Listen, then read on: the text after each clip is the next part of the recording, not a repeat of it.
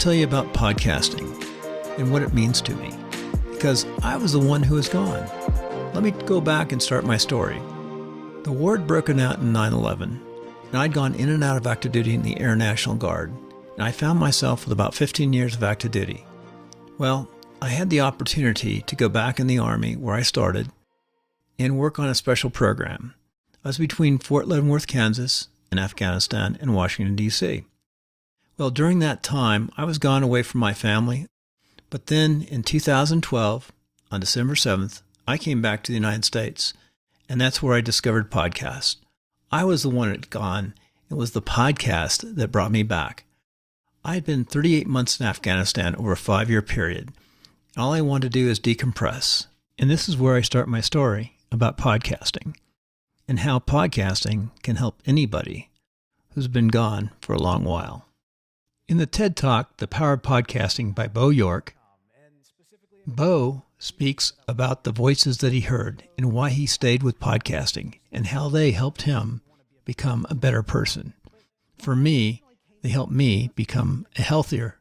He says over time that the voices he was hearing on podcasts were becoming his friends because he is becoming part of the conversation. That might be kind of weird, but like Bo says, it's common in the podcast community. It brings you a relationship, it brings you understanding, it brings you meaning. It allows you to go in any direction you want to. If you want to watch and listen to military personnel, they're there. If you want to listen to something on music or education, it's there. The podcast, along with some other things, brought me back. And that's why I can't say enough about podcasting. Now, I have a podcast myself, and I would encourage anyone who's been away or gone or not been around to tune in and listen to some podcasts. I did. It helped. It was wonderful. In closing, I started a podcast myself. It really helped me get going and heal. I got to meet a lot of people, do a lot of neat things.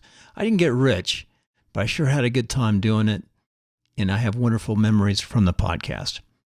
Here's a little sketch from my website, and my first podcast was with my Uncle Earl Conrad from The Greatest Generation. Let's finish with listening to a little bit of that podcast. You know, it's been pretty good for your 95 years, though, other than the war. Yeah, we're awful lucky, Bill. Welcome to Timelines of Success, Episode 1. Today, we interview Earl Conrad. At 95 years old, he's part of the greatest generation. He grew up in the Depression in Huntington Beach during World War II.